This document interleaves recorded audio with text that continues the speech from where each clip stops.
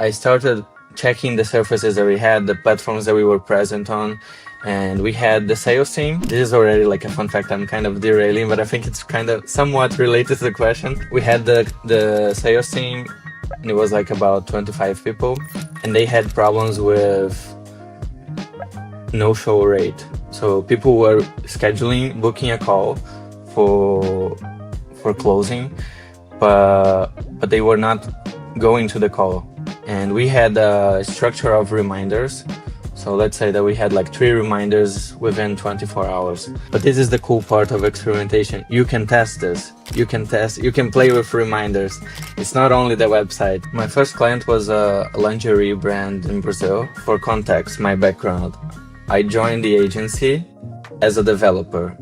On my first day, they asked if I wanted to be their CRO intern. And I said yes. Why not? And in like 2 weeks, I had to run my first experiment. A fun fact is that my first test is always a winner. If I start with a brand, I always win the first one. And how do you push yourself to do more?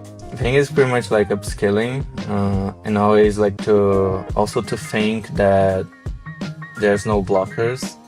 So if there's a blocker, unblock yourself. Don't think that you're blocked. Then if you're blocked, if you're really blocked, go do something else in a different area. They are experimenters, but they are tied to the website, they are tied to product, but there's no tie, like unless there is, but unless it's very explicit, but it wasn't explicit on my case. I just went for it.